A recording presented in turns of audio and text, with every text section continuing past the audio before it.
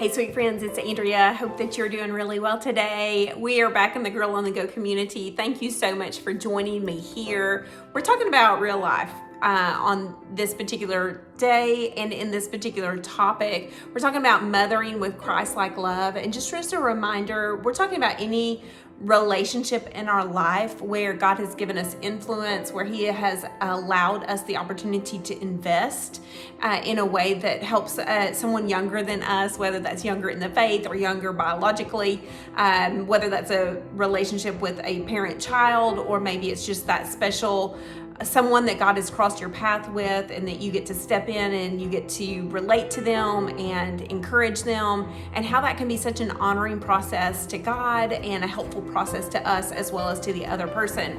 So this is concluding that series, and it's been a 3-part series. In the first one, we talked about just how Christ-like love sets us up to minister out of the overflow of our relationship with Jesus, and it allows us to step into relationships in healthy ways so that healthy outcomes can be achieved. Certainly this isn't, one of those situations where if you do this, then you're guaranteed a certain outcome. We know life is unpredictable and relationships can be hard and challenging, but there are healthy rhythms that we can demonstrate and that we can embrace in our life. And so we talked about that in the first video. We talked about Philippians 2 and talked about how we do nothing out of selfish ambition or vain conceit, but we always put others before ourselves. And so if you missed that video, I want to encourage you to go back. It really lays the groundwork. Then in our second video, we talked about 4 rhythms, 4 things that we can do that I am thankful that I did do over the course of my parenting, and how that sets us up to minister out of the overflow, but also to just have relational rhythms in our life when it comes to our parenting.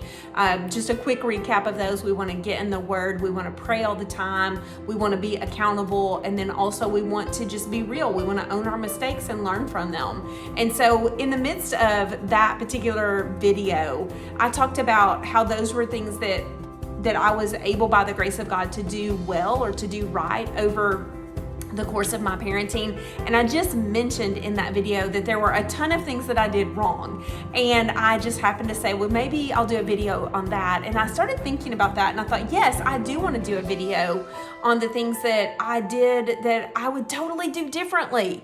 Why? Because you know what? We can learn from one another, and this is a real place where we can just be honest and be transparent, and we're not going to judge, and we're just going to, encourage each other. And so I would never have enough time to list all the things that I did wrong, nor should I, because God's grace is sufficient. And I want you to hear that, and I want to proclaim that God's grace is so sufficient, and he's just so able to take our mess and bring a message out of it, and I'm so grateful for that. But there are some things looking back that, hindsight is 2020, and if I can share a couple of those with you, and maybe it helps some of the younger moms out there to avoid some of the traps or the mistakes that I made, I want to do that. I want to be vulnerable with you. And then maybe some of you who are like me, you're older and you're seasoned in your parenting experience, and you've made some mistakes yourself. Maybe you want to jump in on the conversation, and we can just, learn from each other. So there's a couple of things that I just want to share that I definitely think if I had a chance to hit the redo button, I would do differently. And the first one is I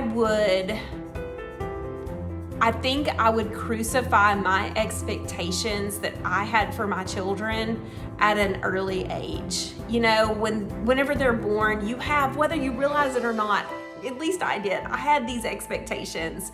And it wasn't necessarily like vocational expectations, but it was just like, I wanted them to be good people. You know what I'm saying? Like, I wanted them to make good choices, and I wanted them to represent the family well. And I'm thankful that I never projected the whole ministry thing on them, like mom's in ministry, so you gotta have your act together. It wasn't that, but it was just this unrealistic, I think, expectation of following the rules and doing the right things. And it's just, that's a heavy load to put on anybody. Now, are rules good? Yes. Do we need rules? 100%. Should we follow them? Absolutely. but it was more my expectation that I brought to the table, that I almost expected them to have it all together all the time. And that had to be frustrating for them, because why? They were young, they were learning, they were growing. And I'll say another thing that I fell into the trap of when my kids were little is I really jumped on whatever bandwagon was going on at the time, from Baby Wise to just different things. Like I was like the guru's perfect, hit person. Like if there was going to be some kind of formula to get these kids to do what I wanted them to do, I was going to be all about it, and I just think about the times that I didn't choose the relationship, and because of that, there was maybe some relational strain there. And so I would tell my younger self to chill out, number one, to take a deep breath, to enjoy the journey. And then also to know that, and this is something I had to learn later on, but to know that God had a journey that he was taking those kids on, and that I had a front row seat for it, and I had responsibility in it to teach them, to model, to hold them accountable, to do all of those parenting things that are so good. But I also needed to give them grace. And there was a phrase that came out of that, because once I got it big time. And it was this phrase, lavished grace. And just as Jesus has lavished grace on us, I need to lavish grace on them. I need them to know that Jesus came to die for us because we are sinners and because we do make mistakes. And that the gift of salvation is that it is a gift. And when we receive it, it totally revolutionizes our outlook and our purpose and our journey.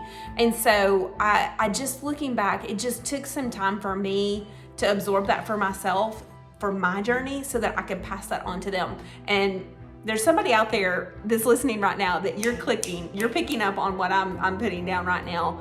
And I would just say, take a deep breath and focus on the mercy and grace of God in your life, and then model that mercy and grace to your children.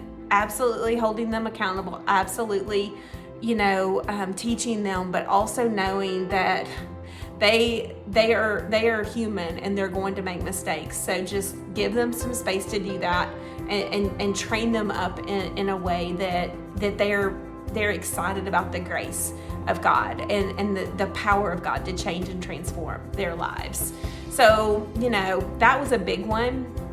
I think another one is I was so focused on tasks, and all this is going to kind of go together, but whatever the task was in that moment, whether it was cooking dinner, folding clothes, building a ministry, working at church, developing friendships, being the PTO, person, whatever the task was, it trumped the relationship sometimes. And because of that, my kids became this just outlet for me.